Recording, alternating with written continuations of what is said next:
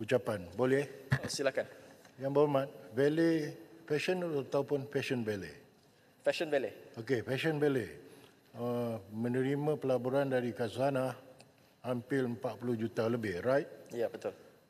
Boleh tak melalui yang berhormat, kita tanya Menteri, ada tak kelulusan dari MOF diperolehi oleh JLC atau JIC ini, satu.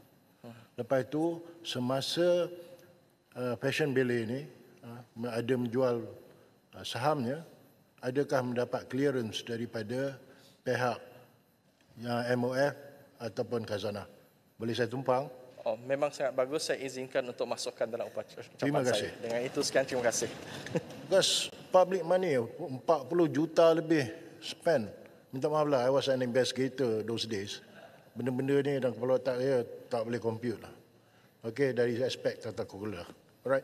Berikutnya, saya mempersila yang berhormat Jeli. Terima kasih Tuan Ketua di atas peluang dan masa yang diperuntukkan kepada Jeli untuk turut serta dalam perbahasan rang Undang-Undang Perbekalan Belanjawan Madani 2025. Terima kasih dan tahniah kepada Yang Amat Berhormat Tambun, Menteri Kewangan di atas pembentangan Belanjawan Madani 2005 yang dilihat syarat membantu golongan rakyat terbanyak, dan belanjawan ini menggambarkan komitmen kerajaan dalam memastikan pembangunan yang inklusif dan mampan. Tiada projek mega diumumkan, malah ia lebih menunjukkan kepada keprihatinan terhadap kesejahteraan rakyat terbanyak. Kerajaan Madani berani membuat langkah yang tidak popular dalam tempoh 2 tahun pentadbiran ini dengan melaksanakan penyasaran subsidi ayam dan diesel, dua produk yang menjadi kegunaan harian rakyat terbanyak, dan kini ditambah lagi dengan pengumuman pelaksanaan penyasaran subsidi RON 95 pada pertengahan tahun depan. Ini sudah tentu menggusarkan rakyat marhain.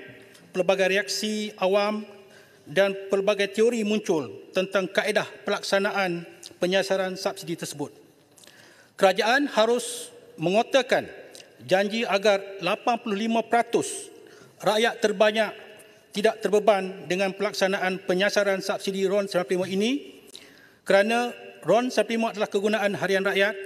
Sekiranya mekanisme pelaksanaan tidak efisien, apa salahnya pelaksanaan ini ditangguhkan seketika sehingga satu mekanisme yang benar-benar efisien ditemui agar rakyat tidak begitu terbeban dengan pelaksanaan ini. Tuan Di-Pertua melihat kepada keprihatinan kerajaan memberi kehidupan yang lebih selesa dan terjamin bagi mengenangi kos sara hidup yang mengikat kerajaan telah mengumumkan kenaikan gaji minimum kepada RM1,700 ketimbang RM1,500 sebelumnya. Berkuat kuasa 1 Februari 2005 dan penaguhan kuat kuasa kepada majikan yang mempunyai kerja kurang daripada 5 orang bagi tempoh 6 bulan berkuat kuasa pada 1 Ogos tahun hadapan adalah satu tindakan yang wajar. Jika dilihat kepada kenaikan gaji minimum ini menampakkan dampak yang lebih baik kepada pengurangan kadar pengangguran, dengan kerajaan boleh mengurangkan jumlah kemasukan pekerja asing dalam pelbagai industri dengan memberi peluang kepada rakyat sendiri. Pelaksanaan gaji minimum tidak menjadi isu kepada syarikat multinasional, syarikat berkait kerajaan dan syarikat-syarikat yang lain yang besar, tetapi ianya memberi kesan dan memberi cabaran yang getir kepada perusahaan mikro, kecil dan sederhana. Tuan Di-Pertua, antara kesan bagi syarikat pemula maupun usahawan kecil ialah kenaikan kos operasi yang ianya sudah tentu amat membebankan syarikat kecil yang mendapat margin keuntungan yang rendah. Secara tidak langsung akan menyebabkan harga produk atau perkhidmatan yang disediakan akan pasti meningkat secara mendadak. Ataupun bagi setengah PMKS yang tidak mampu bertahan akan mengambil langkah dengan mengurangkan tenaga kerja. Di dalam situasi yang sebegini, Jeli ingin melontarkan persoalan, apakah tindakan ataupun bantuan daripada kerajaan terhadap syarikat-syarikat pemula ini untuk mengimbangi kos operasi dan perkhidmatan tanpa mengorbankan pertumbuhan perniagaan mereka dengan mengurangkan tenaga pekerja. Adakah kerajaan bersedia memberi sokongan dalam bentuk subsidi, insentif cukai, bantuan pembayaran atau seumpamanya agar syarikat berkenaan dapat bertahan dan terus berkembang dalam persekitaran ekonomi yang serba mencabar ini? Tuan Di-Pertua, Jeli amat berterima kasih kepada kerajaan kerana memberi peruntukan yang besar kepada Kementerian Kerja Raya ketimbang tahun ini, iaitu sebanyak RM10.35 bilion, kenaikan sebanyak 9%. Ini menunjukkan kerajaan mempunyai komitmen yang tinggi untuk meningkatkan kualiti infrastruktur negara. Infrastruktur yang baik dan berkualiti akan membuka peluang ekonomi yang lebih besar, terutamanya kepada kontraktor kecil Bumi Putra. Jeli ingin menyampaikan hasrat rakyat Kelantan agar projek infrastruktur yang masih belum dilaksanakan atau yang belum siap dapat disiapkan segera. Sambungan projek Lebuh Raya Pantai Timur Fasa 3 yang menghubungkan Pahang Terengganu ke Kelantan diharap dapat dimulai secara segera pembinaannya agar sehingga kini ianya hanya berakhir di Terengganu sahaja. Ada yang berkata LPT itu Lebuh Raya Pantai Timur bukan Lebuh Raya Pantai Timur tetapi Lebuh Raya Pahang Terengganu kerana ia tidak pernah sampai pun ke Kelantan. Demikian juga Lebuh Raya Central Spine CSR yang dilihat agak perlahan pembinaannya di jajaran negeri Kelantan. Tuan Ibu Ketua, kita telah merdeka selama 67 tahun. Namun Kelantan ialah negeri yang belum dihubungkan dengan akses Lebuh Raya. Jeli juga memohon agar kerajaan dapat memberi pertimbangan serius atau dengan kata lain memberi keutamaan dalam mempertimbangkan Lebuh Raya yang baru dengan membina Lebuh Raya 4 lorong dari Pasir Putih ke Jeli yang terus menghubungkan ke Pekan Kerik yang merupakan sebahagian daripada Jalan Raya Timur Barat. Semenjak jajaran Pasir Putih Jeli ini siap sekitar tahun 1986, ianya tidak pernah dinaik taraf seperti yang sepatutnya, sedangkan inilah laluan yang utama dari pantai barat menuju ke Kelantan. Jeli juga ingin menyarankan agar kerajaan melalui Kementerian Kerja Raya menaik taraf Jalan Raya Jeli ke Sungai Sam, di mana laluan ini sentiasa dinaiki air di musim banjir yang menyebabkan terputus laluan Jeli dan juga Gua Musang. Tuan Ibu Ketua, keterjaminan makanan diberi perhatian serius oleh kerajaan dengan peruntukan lebih daripada 784 juta untuk projek penanam padi 5 musim. Berdasarkan definisi konsep yang diberikan oleh Dewan Bahasa dan Pustaka 2014, keterjaminan makanan ataupun food security terdiri daripada tiga teras konsep yang utama, iaitu kebolehdapatan atau ketersediaan makanan, capaian makanan dan penggunaan makanan.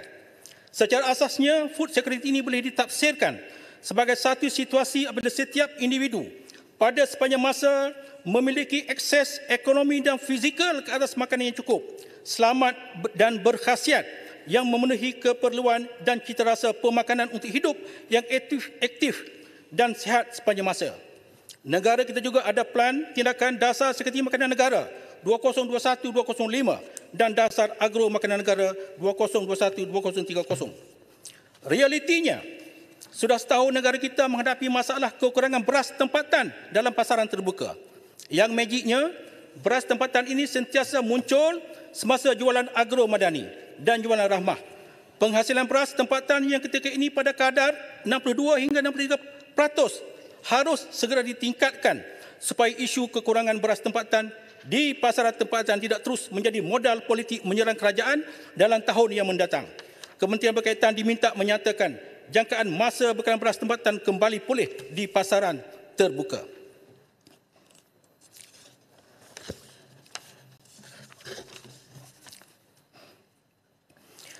Tuan Ibu Ketua, dengan tekad dan komitmen yang berterusan yang amat berhormat Tambun melalui Kementerian Pendidikan Malaysia dengan peruntukan sebanyak 64 bilion diharap terus berusaha untuk membaik pulih dan meningkatkan kualiti sekolah di Malaysia, tidak kira di bandar maupun di luar bandar.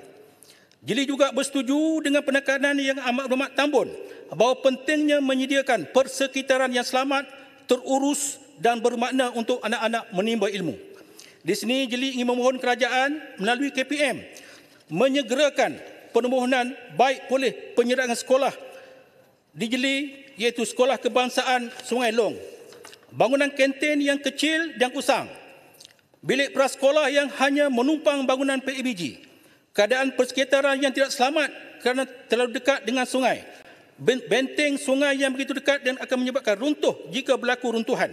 Maka sebab itu kita pohon supaya KPM dapatlah melihat perkara ini supaya dapat dibantu dengan segera dan besarlah harapan bagi Jeli serta guru-guru, anak-anak sekolah untuk belajar di ruang selesa dengan KPM menyegerakan penyelenggaraan dan baik pulih demi keselamatan anak-anak supaya mereka lebih terjamin dan selamat. Jeli juga ingin mencadangkan kepada KPM bagi pembinaan satu sekolah baru di Jeli, itu Sekolah Menengah Kebangsaan Agama Jeli yang tapaknya sudah tersedia seluas 6.4143 hektar dan cadangan ini adalah untuk menampung bagi pertambahan permintaan sekolah agama wataniah macam Melur Falayah, Lati Naik Libanat dan sebagainya yang akan meningkat pada tahun-tahun yang mendatang. Sehubungan dengan itu, Yang Ketua, Jeli ingin membangkitkan setiap kali kita musim pelajar-pelajar untuk masuk ke pusat pendidikan tinggi IPT ataupun IPTA, terpampang di akhbar, di media sosial beberapa pelajar yang mengatakan tidak dapat melanjutkan pelajaran ke pusat pendidikan tinggi atas kerana miskin ataupun tidak mampu untuk menanggung sara hidup semasa berada di universiti. Ini berlaku di kawasan Jeli di mana dua orang pelajar, Nur Fatihah binti Muhammad yang mendapat tawaran ijazah sarjana muda geografi di Semenaya, Nur Ain Balkis binti Muhammad Nasiruddin yang mendapat tawaran ijazah sarjana muda perubatan di UKM. Keluar dalam sosial media, dua-dua pelajar ini tidak mampu dan menolak tawaran kerana mereka tidak ada kewangan untuk belajar ke universiti. Tetapi Alhamdulillah, kerana berkat daripada kita mengadakan crowdfunding, maka dua pelajar ini telah berjaya masuk belajar ke universiti berkenaan. Dan Jeli mencadangkan supaya kerajaan dapat mewujudkan satu tabung khas pendidikan tinggi yang bukan seperti PTPN, yang bukan berupa satu bentuk pinjaman kepada pelajar, tapi lebih kepada bantuan one-off kepada pelajar berkenaan dengan satu jumlah ringgit yang membolehkan pelajar mendaftar masuk universiti dan diterima sebagai pelajar, dijamin dengan kemudahan tempat tinggal, mendapat keperluan asas, buku teks, laptop, tuition, fees untuk semester pertama. Bantuan ini bukan hanya berdasarkan kepada laporan ataupun penilaian sosial media sahaja, tetapi mesti juga berdasarkan kepada ketulinan laporan daripada sumber-sumber di akar umbi, umpamanya melalui ketua kampung ataupun penghulu ataupun daripada sekolah asal mereka belajar. Ini dapat membantu mereka supaya dapat mereka belajar dengan baik dan meneruskan pelajaran walaupun mereka menghadapi kekangan kewangan. Tuan Ketua, akhir sekali, sejak kebelakangan ini, banyak konflik di antara manusia dan hidupan liar. Di antaranya tragedi hidupan liar, dilanggar kenderaan, ceroboh kampung, musnahkan tanaman dan lebih parah lagi, ada penduduk yang maut dalam konflik ini. Baru-baru ini Jeli, lebih tepatnya di Lebuh Raya Timur Barat Gerik, Jeli telah dikejutkan dengan insiden serangan harimau belang terhadap seorang tempatan dan seorang lelaki warga Myanmar yang mengakibatkan keduanya maut di atas serangan tersebut. Kosmo pada 21 Oktober 2024 melaporkan penduduk berkurung takut harimau di Jeli. Ribuan penduduk dan peniaga di Kampung Lawar hidup dalam ketakutan meskipun harimau yang membaham dua mangsa sudah masuk perangkap. Tuan Ketua, kemunculan haiwan ini pasti berkait rapat dengan ekosistem alam yang tidak stabil apabila banyak pembukaan dan penerokaan hutang berskala besar di sesuatu tempat. Walaupun Belanjawan 2005 kekal komited dalam melindungi khazanah alam dengan dana ecological fiscal transfer ditingkatkan pada 250 juta ketimbang 200 juta sebelumnya bagi menyokong usaha ini, namun begitu penerokaan dan pembukaan penempatan baru seperti ladang, kebun, pembalakan, pelombongan yang masih lagi tidak terkawal pasti akan mengakibatkan kesan buruk seperti banjir, tanah runtuh dan lebih parah, haiwan liar akan kehilangan habitat sehingga boleh menyebabkan konflik berlarutan. Jadi ingin mencadangkan kepada kerajaan melalui Kementerian Sumber Asli, Alam Sekitar dan Perubahan Iklim menyediakan tanda-tanda amaran ataupun pemasangan lampu di kawasan yang kerap dilalui binatang liar supaya orang awam ataupun pemandu lebih berhati-hati di kawasan berkenaan. Selain daripada itu, pemantauan yang kerap dan ketat perlu bagi kawasan yang ingin membuka penempatan, pembangunan, pembukaan kawasan pertanian kekerap penlaluan, keluar masuk hutan, perlu juga pada pemantauan dan kawalan daripada wajib bagi mengelakkan konflik itu berterusan. Maka dengan itu, Jeli ingin menyatakan bahawasanya Belanjawan ini diharap dapat membantu keseluruhan rakyat dan menepati sasaran apa yang kita inginkan bersama agar kita akan dapat hidup dalam segala ekonomi yang sebab mencabar dalam negara kita. Sekian, Jeli mohon menyokong. Terima kasih Yang Berhormat Jeli. Berikut saya mempersilakan Ketua